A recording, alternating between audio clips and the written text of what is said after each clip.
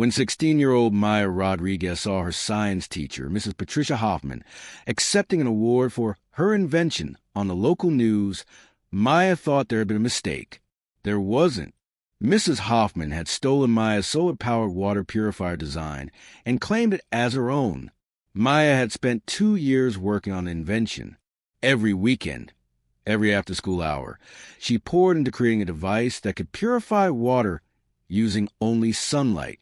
No electricity, no batteries, just the sun and science. Maya came from a family that had struggled. Her parents were immigrants from Mexico who worked multiple jobs to keep their small apartment.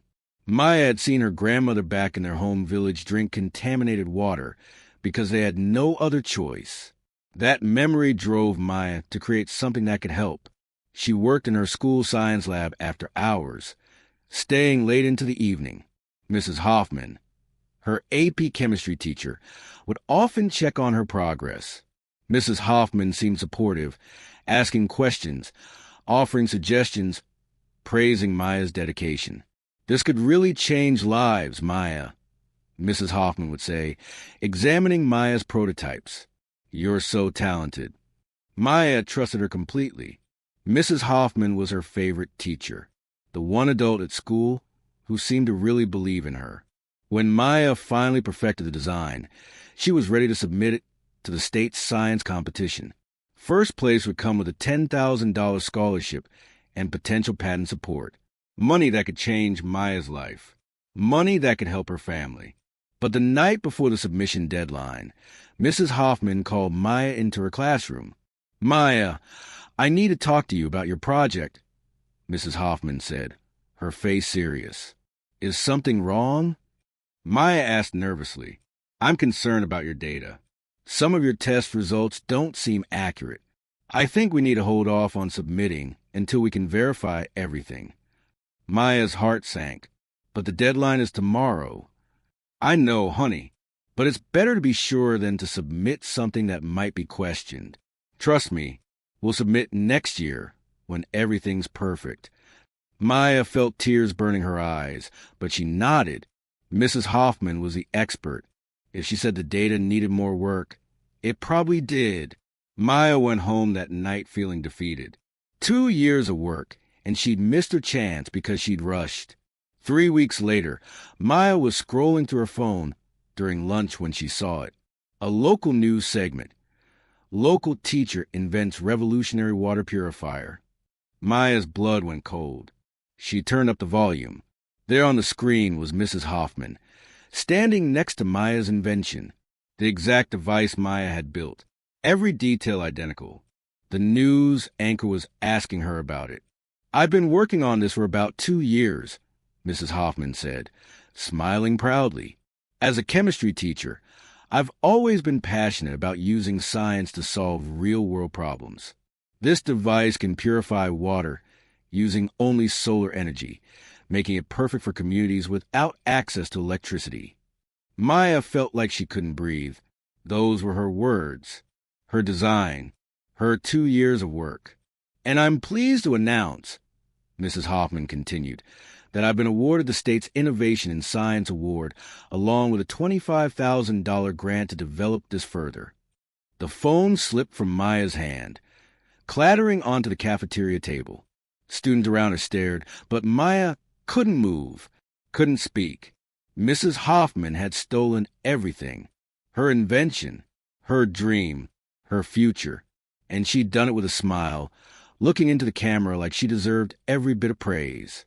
Maya picked up her phone with shaking hands and watched the video again. This time, she noticed something in the background, her notebook, the one she'd left in the lab with all her designs and calculations. Mrs. Hoffman had taken everything. Maya ran home from school, tears streaming down her face. She burst through the apartment door, startling her mother who was folding laundry. "Mija, what's wrong?" Maya couldn't speak. She just showed her mother the news video. Her mother's face darkened with anger as she watched. "This teacher stole from you?" "She told me not to submit my project." Maya sobbed. "She said my data was wrong. But it wasn't wrong. She just wanted time to steal it." Maya's father came out of the bedroom, still in his work uniform from the factory. When he saw his daughter crying, his expression turned fierce. "We go to the school. Tomorrow, we talk to the principal." But Maya felt hopeless. What proof do I have? She'll just say I'm lying. She's the teacher. Who's going to believe me? That night, Maya couldn't sleep. She lay in bed, staring at the ceiling, replaying every conversation with Mrs. Hoffman, every moment she'd trusted her, every time she'd shown her the designs, explained her process, shared her dreams. Mrs. Hoffman had been planning this from the beginning. The next day at school was torture. Maya walked through the hallways, feeling like a ghost. Students were talking about Mrs. Hoffman's invention. How amazing it was. How proud the school was. "Did you hear Mrs. Hoffman invented a water purifier?" One girl said at Maya's locker. "She's like a genius." Maya wanted to scream, wanted to tell everyone the truth. But she stayed silent, her throat tight with unshed tears. In chemistry class, Mrs. Hoffman acted like nothing had happened. She taught the lesson with her usual enthusiasm, smiling at students, making jokes. When her eyes landed on Maya, there was a flicker of something, guilt, maybe, or triumph. Maya couldn't tell. After class, Mrs. Hoffman called Maya to her desk. "Maya, can we talk for a moment?" Maya approached slowly, her hands clenched into fists at her sides. "I want to make sure you're okay," Mrs. Hoffman said, her voice dripping with false concern. "You seemed upset in class." "I saw the news," Maya said quietly. Mrs. Hoffman's expression didn't change. "Oh, you did? I'm glad. I was going to tell you myself. I think it's wonderful that our school is getting recognition for innovation in science. Don't you?"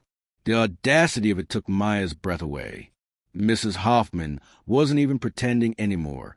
She knew Maya knew, and she didn't care. "That was my invention," Maya whispered. "Maya," Mrs. Hoffman said, her voice turning cold. "I understand you're disappointed that your project didn't work out, but making false accusations isn't going to help you. I've been teaching chemistry for 15 years. You're a high school student. Who do you think people will believe?" Maya felt tears stinging her eyes, but she refused to cry in front of this woman. She turned and walked out. Maya's parents did go to the principal. They explained everything. They showed him Maya's notes, her sketches, the photos she'd taken of her prototypes. But the principal, Mr. Davis, looked uncomfortable. "These are serious accusations, Mr. and Mrs. Rodriguez. Mrs. Hoffman is a respected teacher. Do you have concrete proof that she stole Maya's work?" "My daughter's notebooks," Maya's father started. "Could have been written after seeing Mrs. Hoffman's invention," the principal interrupted gently. "I'm not saying Maya's lying, but without clear evidence that her work came first, I can't take action against a teacher." Maya felt her hope crumbling.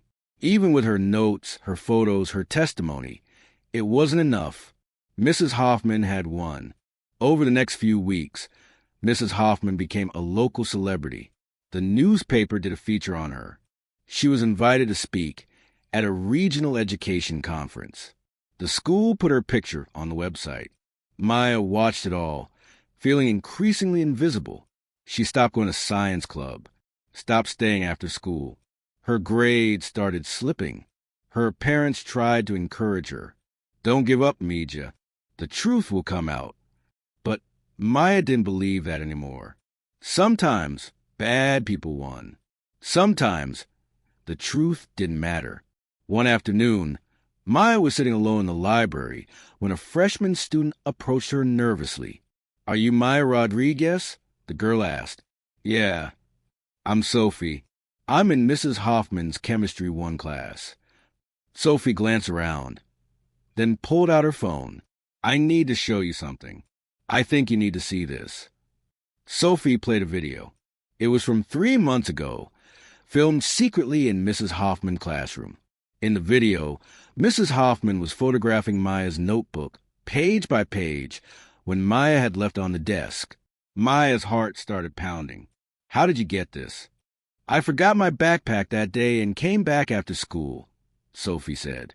I saw her doing it and thought it was weird, so I filmed it. I didn't know what it meant until I saw the news. Maya stared at the video, hope surging through her for the first time in weeks. This was the proof she needed. Maya's hands shook as she watched the video again. There was Mrs. Hoffman, clearly photographing pages of Maya's notebook. Pages filled with calculations, designs, and notes about the water purifier. Can you send this to me? Maya asked Sophie. Already did, Sophie said. I sent it to your email. I also saved it in 3 other places just in case. Maya hugged the younger girl. Thank you. You have no idea what this means. That evening, Maya showed the video to her parents. Her father's eyes blazed with righteous anger. Tomorrow, we go back to that principal. With this. But Maya had a better idea. No, we go to the news. The same local news station that had celebrated Mrs. Hoffman's invention was very interested in Maya's story, especially once they saw the video evidence. The reporter, a woman named Jessica Chun, listened to Maya's entire story. She looked at Maya's original notebooks, examined the timestamps on Maya's photos, and watched Sophie's video. This is huge, Jessica said. If what you're telling me is true, this is fraud, theft of intellectual property. And it happened to a minor. It's all true, Maya said firmly. I just want people to know what she did. The news segment aired 3 days later. It was titled Local Teacher Accused of Stealing Student's Invention. Maya told her story on camera, showing her notebooks, her prototype photos, explaining her 2-year journey. Then they showed Sophie's video. Clear evidence of Mrs. Hoffman photographing Maya's work without permission. Jessica Chen's voiceover was damning.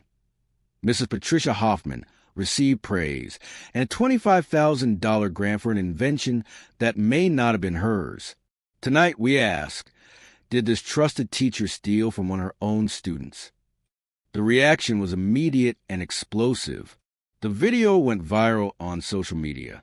Parents were outraged. Students came forward with their own stories of Mrs. Hoffman, taking credit for their ideas. The school district launched an investigation. Mrs. Hoffman was placed on administrative leave pending the outcome. Maya watched it all unfold with a mixture of relief and sadness. She'd gotten justice, but it had cost her so much. Her trust in teachers, her innocence, her belief that hard work alone was enough. 3 weeks later, the investigation concluded. Mrs. Hoffman was fired. The district issued a public apology to Maya. The state rescinded Mrs. Hoffman's award and demanded the grant money back. But the best part came when the State Science Committee reviewed Maya's original work. They were so impressed that they not only gave her the first-place award she'd been denied, but they also connected her with a patent attorney and a university research program. Maya stood on stage at the State Science Fair, accepting her award. The auditorium was packed with students, teachers, and reporters. Her parents sat in the front row, tears streaming down their faces. This invention is for my grandmother, Maya said into the microphone, her voice steady despite the emotion. And for every person who struggles to access clean water, I hope this device can help change lives. The applause was deafening. After the ceremony, Jessica Chun approached Maya. How does it feel to finally get recognition for your work? Maya thought about it. It feels good, but also sad. I wish it hadn't happened this way. I wish Mrs. Hoffman had just been honest. Do you have anything to say to her? Jessica asked. Maya looked directly into the camera. I hope she learns that success stolen from others never lasts, and that real accomplishment comes from your own hard work, not taking credit for someone else's. The interview aired that night, and somewhere across town, Patricia Hoffman watched it in her empty apartment. Her teaching career destroyed, her reputation ruined, facing potential legal charges. She gained everything for a brief moment and lost it all in the end. The months that followed were transformative for Maya. With the scholarship money and the connections she'd made, she was able to apply for early admission to MIT. She got in with a full ride. But more than that, Her water purifier began to make a real difference. A nonprofit organization that worked in developing countries partnered with her to produce and distribute the devices. Within a year, Maya's invention was being used in villages across 3 continents. Her grandmother in Mexico received one of the first units. Maya was there when it was installed, watching tears stream down her grandmother's face as she drank clean water for the first time in years. "You did this, Mija," her grandmother said, holding Maya's face in her weathered hands.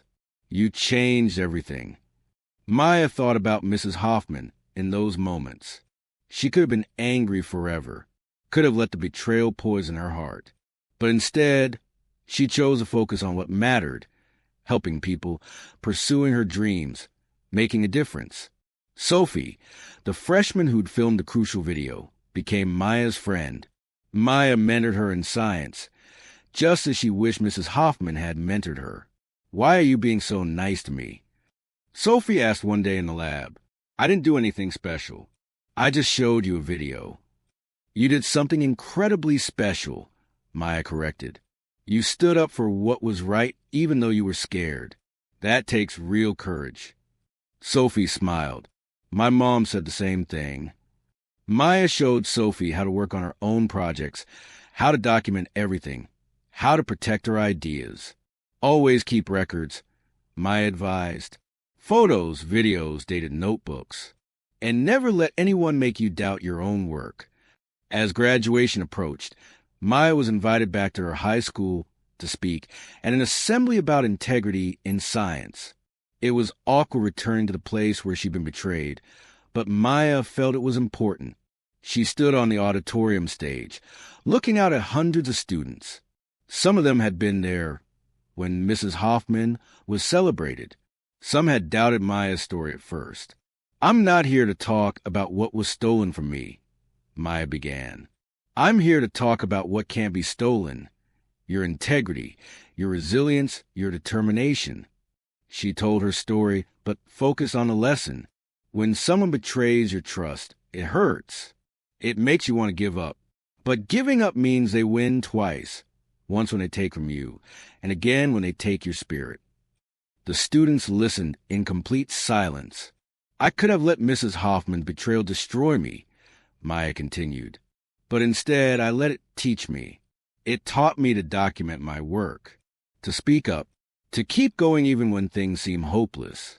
And most importantly, it taught me that my worth isn't determined by whether someone believes me. It's determined by what I do with the truth." The applause was thunderous. Students stood up, clapping and cheering. Some were crying. After the assembly, several students approached Maya with their own stories, times they'd been dismissed, doubted, or taken advantage of. Maya listened to each one, offering encouragement and advice. The principal, Mr. Davis, approached her as well. "Maya, I owe you an apology. I should have believed you from the start. I should have investigated further." Maya looked at him, seeing genuine remorse in his eyes. "Thank you for saying that. It means a lot." "You're an incredible young woman," Mr. Davis said. "Your parents should be very proud." They were. Maya's parents threw a party before she left for MIT. Family, friends, neighbors, and supporters filled their small apartment. It was crowded and loud and perfect. Maya's father raised a glass. "To my daughter, who never gave up, who showed us all what it means to fight for truth." Everyone cheered. Maya felt tears in her eyes, happy tears this time. As the party wound down, Maya stepped out onto the fire escape, looking at the city lights. She thought about the journey that had brought her here, the pain, the injustice, the victory. She thought about Mrs. Hoffman, too. Briefly, she didn't hate her anymore. She just felt sad for her, sad that someone with so much knowledge had so little integrity. Maya pulled out her phone and looked at a photo of a village in Guatemala where her water purifiers were being used. Children smiled at the camera, holding cups of clean water. This was why it all mattered. Not the awards, not the recognition, but the impact, the change, the lives touched. Maya realized something beautiful in that moment. Mrs. Hoffman had tried to steal her future, but all she'd really done was delay it, because the truth always finds a way to rise. Talent can't be stolen. Integrity can't be faked. And real success, the kind that changes lives, can only be built on truth. Maya smiled at the city lights, feeling grateful. Grateful for her parents who believed her, for Sophie who found her courage, for everyone who stood by her. She understood now that betrayal doesn't destroy you unless you let it. Sometimes it tests you, shapes you, makes you stronger than you ever thought possible. And that strength, earned through hardship and built on truth, that's the kind of power no one can ever take away. Because in the end, stolen credit fades, but earned respect lasts forever.